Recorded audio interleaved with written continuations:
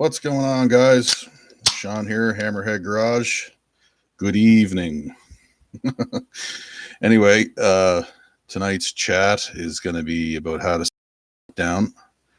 I don't know how many of you guys ride motorcycles, but this would apply to just about anything mechanical. I've had a bunch of breakdowns in my career, unfortunately. Even though I'm a mechanic, it still happens. So I'm going to explain to you a few things you can do to get around that situation and get back on the road. Just having a beverage. All right. So you're trucking down the highway. Your feet are in the wind. You're grabbing onto the ape hangers. You're loving life. The sun's out. Your shades are on. Maybe you're listening to your iPad, phone, the thingies in your ears, your earbuds or whatever. All of a sudden, the thing shakes, rattles, and rolls and comes to a complete stop. So what do? Well, first thing to do is not panic, because it's not a panic situation you're in. It's annoying. Breakdowns are annoying, but there's reasons for it, just like there's reasons for anything else. So the first thing you're going to want to do, get the bike over somewhere safe on the side of the road. If you're on the highway, get it off. If you can safely get it off the highway, get off the highway. Get over to the shoulder. Get as far over as you can. If you're in a vehicle, well, wait for somebody to give you a hand to push it out of the way.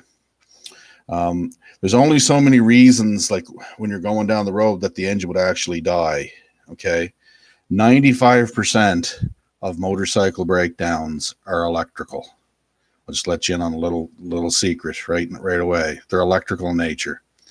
So something's gone amiss with the electrical system. Either the bike isn't charging, you no longer have spark, the batteries run down, maybe your electric fuel pump's no longer running, or if it's an injected bike, your computer isn't running and your injectors aren't running. So the first thing you need, you guys all have heard tell of the triangle.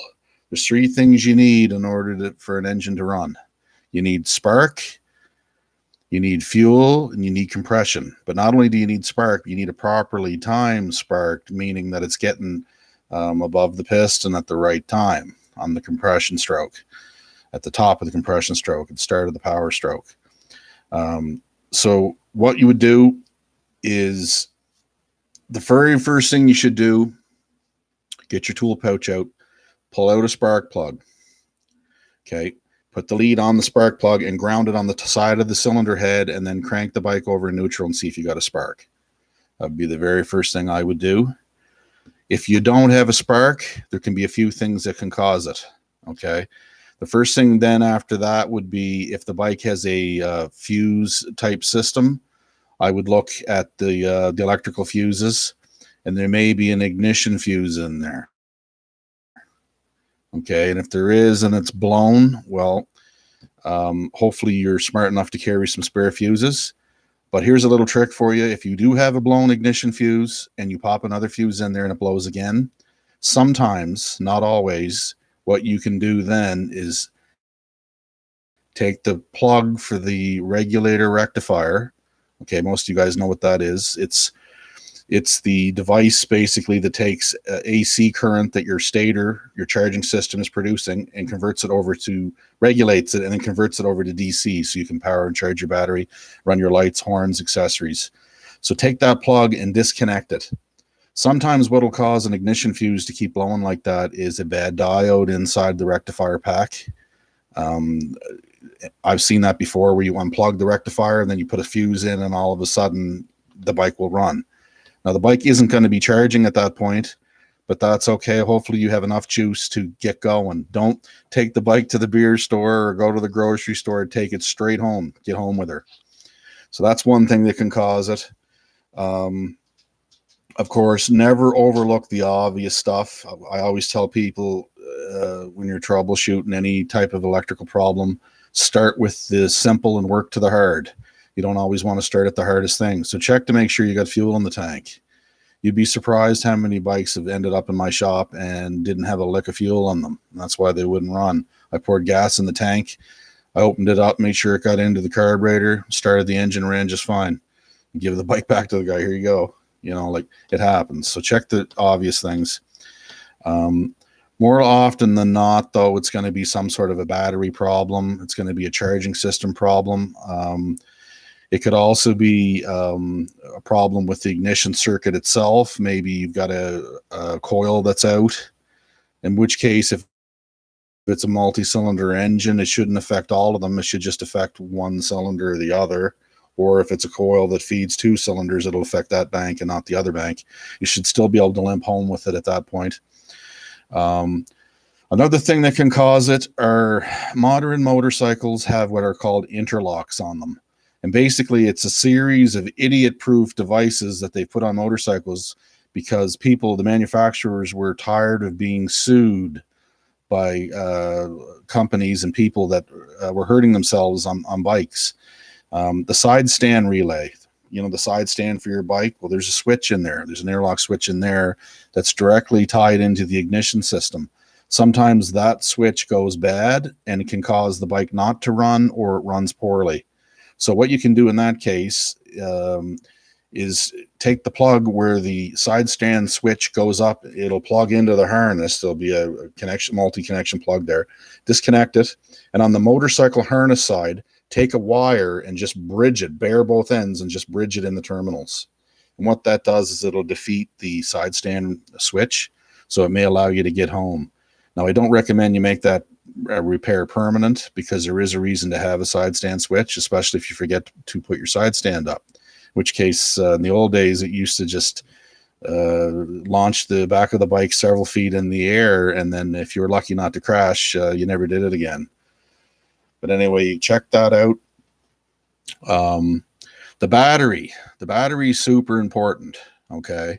You'd be surprised how many bikes I get in the shop that aren't working right. They're not running, or they won't start, and it's basically a charging system or a battery fault.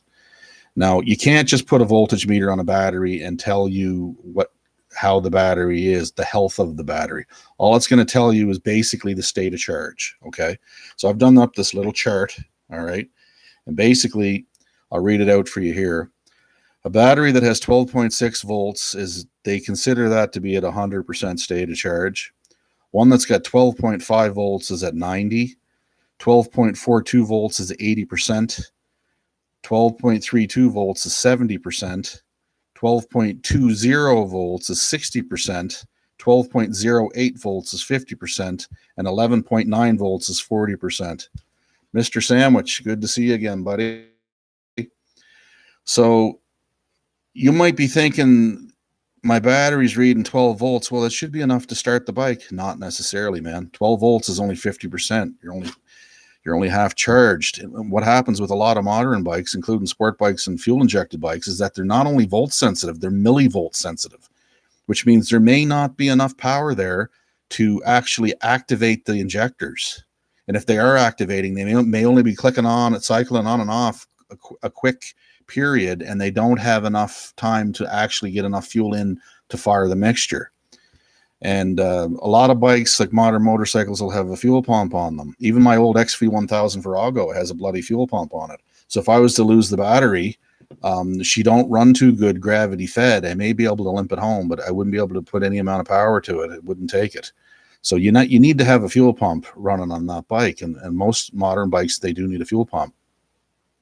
Yeah, if you're taking motorcycle, then you need an 8-foot bed. Yeah, definitely. I mean, that's going to be in the discussion here in a minute. But anyway, so you check those things, okay? That may or may not get you going. The most important thing you can do, and I think it should be mandatory, anytime anyone purchases a motorcycle or a car, even for that matter, get the bloody service manual. Pay the extra money. Work it into the deal. If you're financing it or buying it, have a service manual. If you don't have a service manual, you don't have a clue, in my opinion. Okay, you need the electrical schematic out of that service manual. You should take that and photocopy it, put it in waterproof paper, and then stick it in your tool pouch so that when you're on the side of the road, you can troubleshoot. If you can read it, you can troubleshoot. And there's videos on YouTube that teach guys how to read a electrical schematic. It's not that hard, guys. Learn a few of the symbols and you're off to the races. I just take a highlight marker and I just go along and trace the circuits. And I can see where the grounds are. I can see where all the stuff is, all the switches, the interlocks, everything. And you can find the problem that way. So have a service manual, have it with you. Now, toolkit, okay, super important for a motorcycle. And also guys that like to drive old stuff around, like trucks and cars, like I do and a lot of you guys do. Have a toolkit, okay? Have wrenches. Have stuff that you can take the spark plugs out. Have Allen keys that'll take out the Allen bolts and screws that you may need to take out. But most important, have electrical tape, have electrical wire, have heat shrink, have connectors, and don't use those trailer connectors, the ones where you put the wire in one end and one in the other and you squeeze them together. They're shit.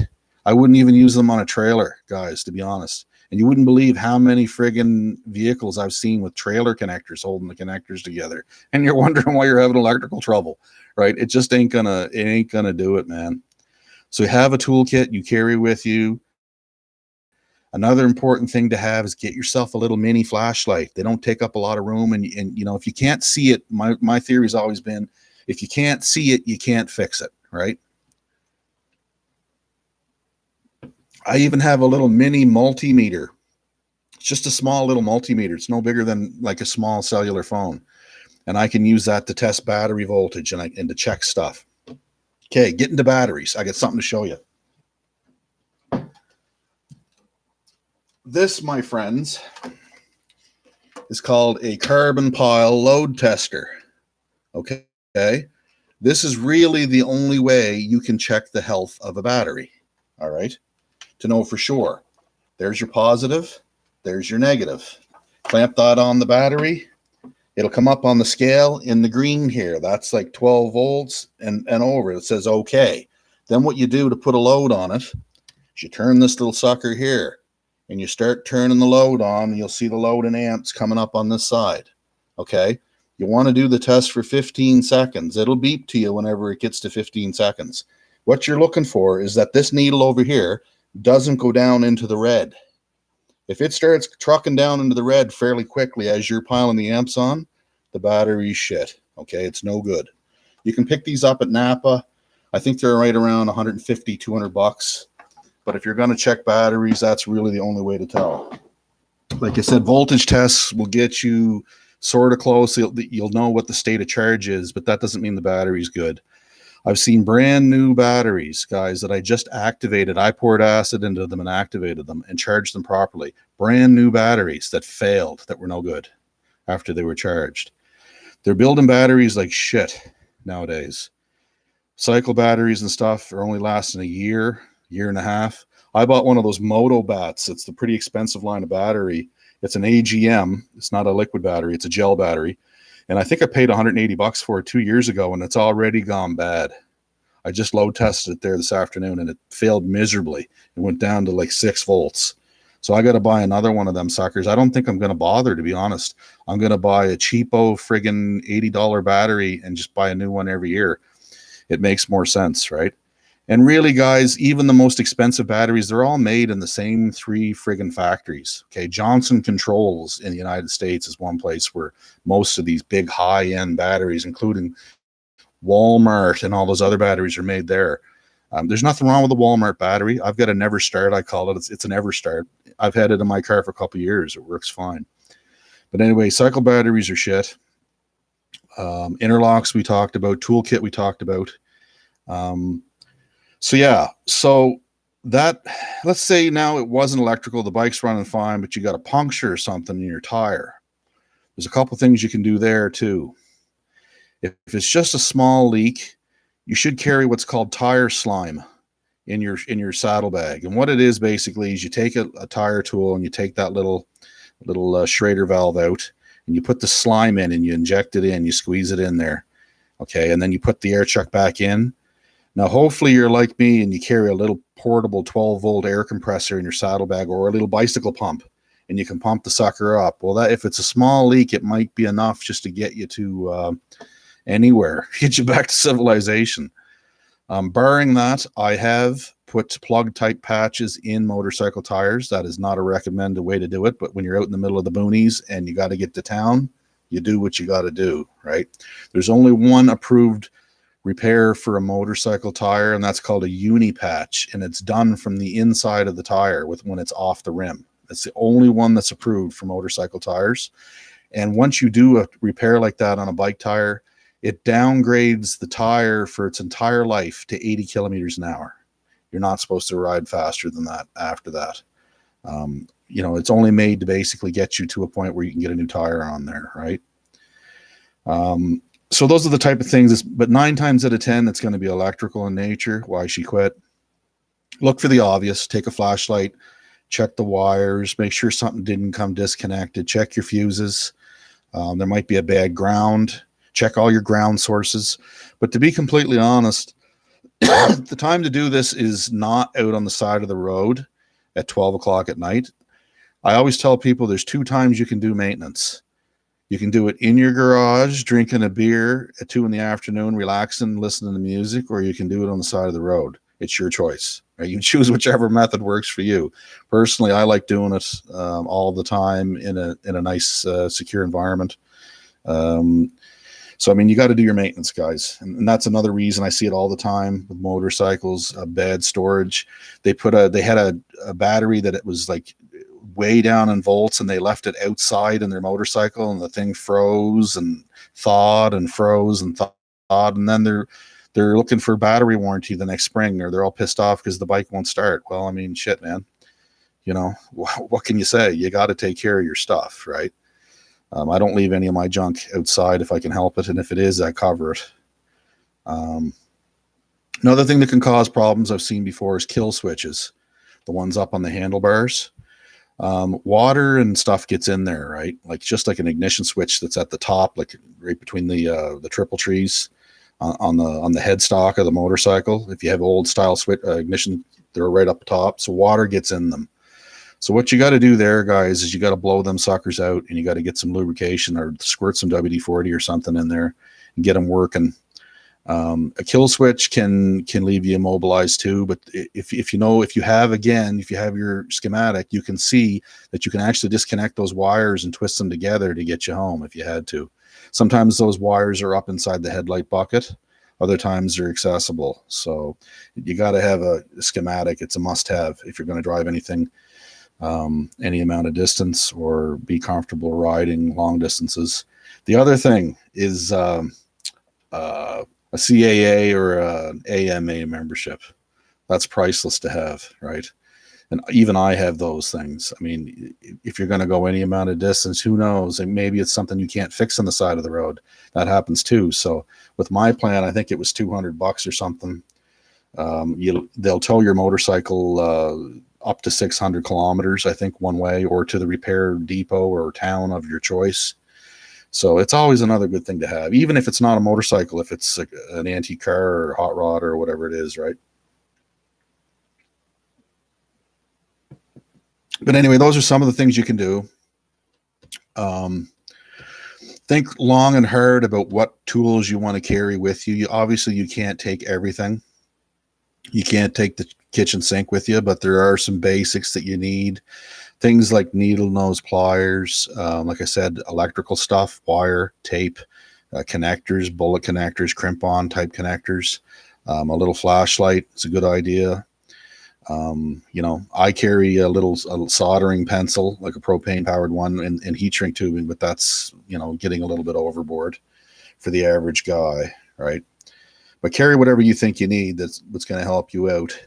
And I've ridden in some pretty big groups up to 100 people. And usually in that big of a crowd, there's always somebody that needs something by the end of the day. I think last year we had 2 or 3 guys that broke down.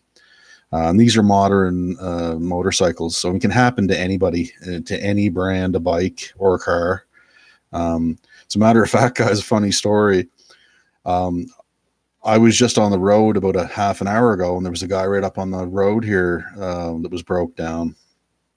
And I stopped and I said, "Is there anything I can do for you, brother?" And he's like, "No, the tow truck's coming." So it's always nice, even if you can't help out, but just to stop and offer a little bit of, not sympathy, but a little bit of, help, or support to the person that's broke down, because it's not a fun experience.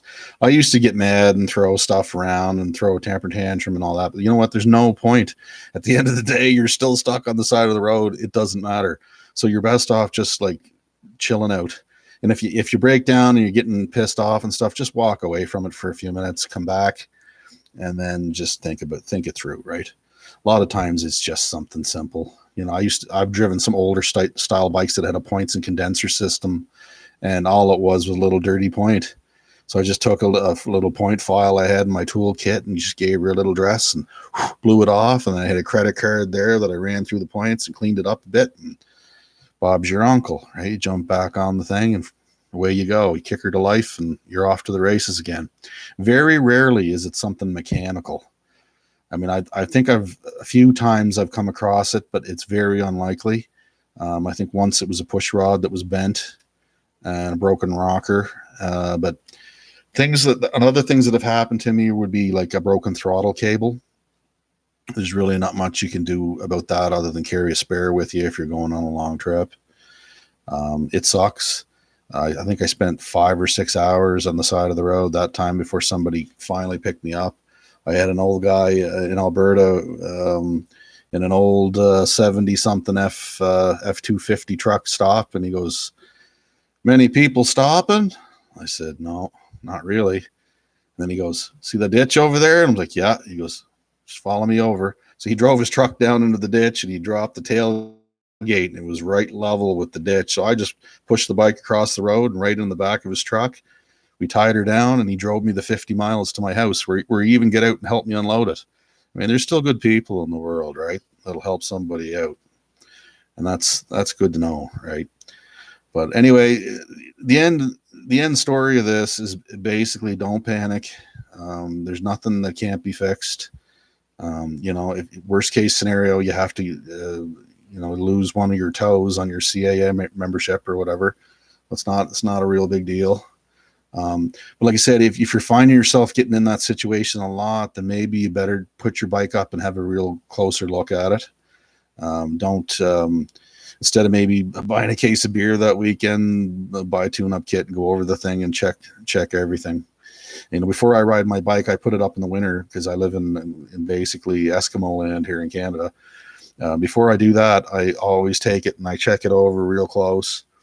I put it up on my lift and I tighten bolts that have gotten loose and I lubricate the cables, and I've got a cable luber. Hey man, maintenance man. Good to see you, buddy. I lubricate the cables. I run the valves. In other words, I set the valve clearances. I put a new set of spark plugs in and clean them up and gap them. I check all my leads, my plug leads, my wires, my connectors. I check the charging system. Now, if you want to check a charging system on a motorcycle, here's basically how you do it. Most bikes have 3 wires coming out of the stator, which is usually on the left-hand engine cover. Not always. Some of them are on the right, but most are on the left. 3 wires. Each one of those yellow wires is one of the phases of your 3-phase charging system. Now, it can be either delta wound or Y wound, but we're not going to get into that. But basically, each one of those legs is a leg of AC.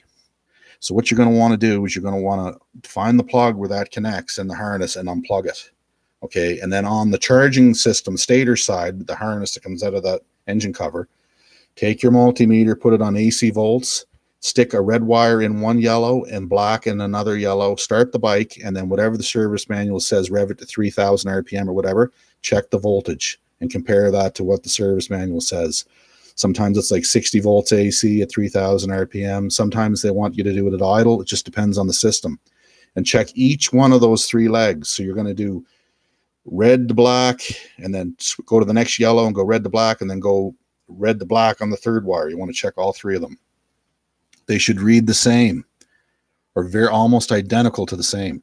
If they don't, if one wire reads low, that means you've got one phase of your 3-phase charging system that's got a problem. Okay. And there's another test you can do. It's called a resistance check. It's with the bike shut off. You still have that plug from the stator in your hand. You put the multimeter on ohms, and what you do is you're basically checking short to ground. So you put the red wire in the yellow and then touch it to the engine case or to some good known ground. It shouldn't have continuity. If it has continuity on any of those yellow wires, that means that your stator's no good. So if your stator's no good, there's no way you're ever going to be able to put enough voltage into your rectifier to send it to your battery. So that's a very common problem on motorcycles. Stators have a limited lifespan anyway because they're living inside the engine where the hot engine oil is. So anything to do with heat is a killer of electronics, including antique stators and old stators in bikes and stuff. So that's another common problem is they tend to go bad after a while. But you should have some fuses too. If you've got a bike that's got blade fuses, have blade fuses. If you've got an old dinosaur like what I ride around that takes bus fuses are those old glass fuses. Some of you guys have seen those. They're basically a metal filament that runs from end to end of two little metal round cylinders with a glass cylinder in the middle. Have that type of fuse. By no circumstance should you ever jam a piece of tin foil or a rifle shell or anything like that in there because you can burn the bike to the ground. There's some things like old tube amps and stuff you can get away with doing that. Don't ever do it on a charging system on a bike. And another thing you should never do is you should never try and jumpstart a motorcycle with a running truck or a running car. You're guaranteed to fry the stator. And if you don't fry just the stator, you're going to fry the computer too. You can jump one off of a 12-volt car or truck battery, but the thing can't be running. It has to be shut off. Otherwise, you'll fry it. I don't know how many over the years I've replaced because Buddy's uncle went out and jump started him in his F250, his dirt bike or his sport bike or whatever, and then he blew the thing up. It may run fine for a while, but eventually it's going to fail. Wiring is another thing. All the sport bikes and stuff, they barely have enough wire on them to make the connections. They're so stingy with wires nowadays, guys, on modern bikes. You wouldn't believe it. They don't even spare a millimeter because a millimeter of wire translated over 15 million units is quite a bit of money to these people, right? And the bean counters have ruined everything. I say it time and time again, but that's the truth. So I've seen it so that I had a 2008 CBR 600 in the shop there last year, and it wouldn't run. So I've checked a few things. I couldn't figure out what it was. It would not run. It would crank and crank and crank, wouldn't start. So what I did is I took the seat off. I reached in where the computer plug is. You guys have probably seen those big gang computer plugs. They're fairly big. And I started wiggling it as I was cranking it. Well, didn't the son of a bitch start? And then I went and I took the wires for the plug and I twisted it again and it shut off. So there was the problem. Over the course of thousands of hot and cold starts, the wires were so tight to begin with, but that heat and contraction stretched them even more, and they actually undid themselves inside the plug. They pulled away from the plug. So what I had to do to fix that was basically cut the harness off, and then all those 30 wires, I had to splice in a jumper wire, heat shrink and solder each one to make the harness longer so it was a little bit flexible. I plugged it back in. The guy rode the bike, never had another issue with it. So, I mean, there's things like that can happen too. Like I said, it's like 95% electrical is the problem, right? And I guess some of you auto mechanics in here can chime in on that too. It's the same thing with automotive. Electrical is huge. A lot of the problems in modern cars, trucks, and stuff can be traced back to poor grounds, poor electrical connections, especially if you live in a snow belt like where I am, where they're throwing not only a coarse salt on the road, but they're throwing salt brine, which is like a liquid salt on the road. That shit just eats everything it touches, including electrical wiring. And it'll eventually find its way onto all your connections. So it never hurts to clean your battery connections off and then spray them. They got this battery connection dressing stuff. I usually just put Vaseline on them because it kills the oxygen from getting in there and reacting with the metal. But stuff like that, right? But anyway, just some tips from, years of working on stuff, some common things that I've seen. But it's like I said, it's not the end of the road. You'll get through it, right? Buy a service manual, guys. It's the best money you'll ever spend. If you can't afford the factory Honda or Harley Davidson or whatever bike you got manual, get a Chilton's. They're not too bad. They're pretty decent. But spend the money on it. Because even if you're not doing the wrenching on the bike, at least you'll be able to intelligently discuss the problem with the guy like me that's trying to fix it for you.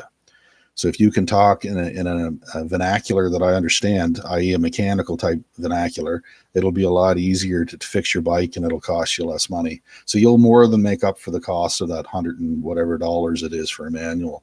And some of them aren't even that expensive. I mean, I've even had bikes where I didn't want to buy a manual, so I just went down to the local library and they had a manual for it. But most manuals now, they're not on paper. Most of them are on digital format, like they're online. I've got a fairly big selection of online manuals as well, right, that I dig from.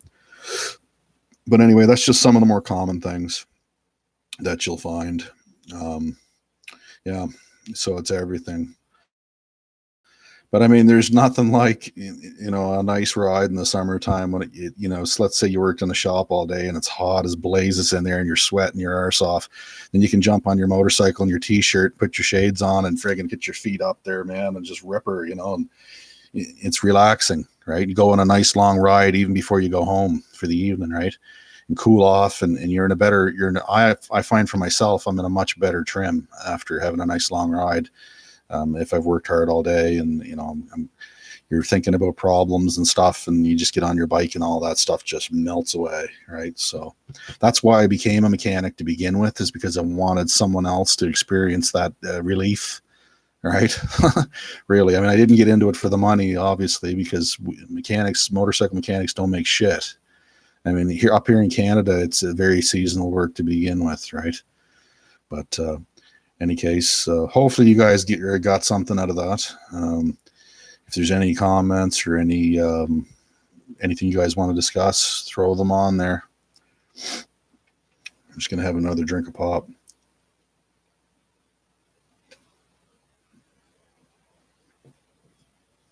But yeah, I found out when I first started riding, the whole idea behind and brilliance behind having a toolkit made up and strapped to my motorcycle where I could reach it. Night and day difference. And not only that, it gives you some peace of mind in your own head. You know that if you get in a situation and you're miles from home, you're going to get out of it 9 times out of 10. Right. And having that AMA card as a backup for your backup is not a bad idea either. Right. Because shit happens. I mean, like I said, there's been situations before where I couldn't fix it on the side of the road. I had to get it towed, but whatever, it is what it is. But anyway, it's pretty much all I got to talk about. Importance of maintenance, right? Do your maintenance, figure out how to do it if you don't know how to do it, or pay somebody like me to do it, and we'll look at the bike and give you an honest, no bullshit assessment as to what it needs, right? There's 2 things you're going to spend money on a motorcycle. If there's only 2 things, then spend it on tires and a battery, and a good battery. Those 2 things usually get your money's worth every time. 9 times out of 10, you'll get your money's worth back. You got to have good rubber, man. Remember, you only got 2 tires holding you to the road, not 4 like a car. So if something goes wrong with those 2 tires, so have good rubber. I think the law here in Nova Scotia is 330 seconds of tread or less is considered not enough tread. You got to get a new tire at that point. Usually they got a wear indicator right on the tire. It's like a little triangle on the sidewall. You follow that up and there'll be a bar in the tread block. And once your tread gets level with that block or that raised bar, then it's time to change it. But you don't have to spend the money on the most expensive tires out there. I know lots of dudes that run Shinkos and they run Kendas and lots of cheaper brand tires. I personally don't run those tires because I like Michelin's. I'm kind of a spoiled baby when it comes to my bike tires. I run Michelin Pilot Commander 2s and 3s and stuff. And I for the type of riding I do, I find that they work the best. But bike tires are expensive, and I understand why guys run them right to the right to the metal. And I've seen lots of them where they come in and there's no tread left on it at all. They're like right down into the friggin' matrix of the tire, right? And that's dangerous because the bikes are made to go high speeds and stuff, especially sport bikes. And when you get down into the nitty gritty of the tire, that's serious stuff. I mean, you can have a blowout pretty easy. So anyway, none of that. We don't want to have any blowouts. I don't want to hear any of you guys hurting yourself because you're trying to save a buck. All right. If you're going to ride safe. Keep the shiny side up, so to speak, right? Anyway, hope you guys got something out of this. Let me know if you did or you didn't. I'm cool with either one. So we'll see you again next Sunday. I'll announce it ahead of time, hopefully, to let you guys know when I'm going to be back on. It's usually between 8:30 and 9:30 in that golden hour, I call it. Whenever I get the majority of my nonsense done for the evening, I'll get on. My buddy actually over at this guy's garage has a live stream tonight. Sean Cadden, you might have seen him on. I hosted a live stream with him a few weeks ago. He's got one on tonight, so if you guys want to check him out, I think he's talking about F-150 oil consumption problems with the newer F-150 trucks. But he's got an expert on there tonight, so it might be worth checking out. I think I'm going to go over there and see how he's doing. Anyway, guys, take her cool. Stay safe. Please subscribe if you haven't. Comment, like. Enjoy reading and answering all your comments. I'll answer all of them. I'll even answer the ones that I don't post on there because they're profane. So anyway, we'll talk to you guys soon. Cheers.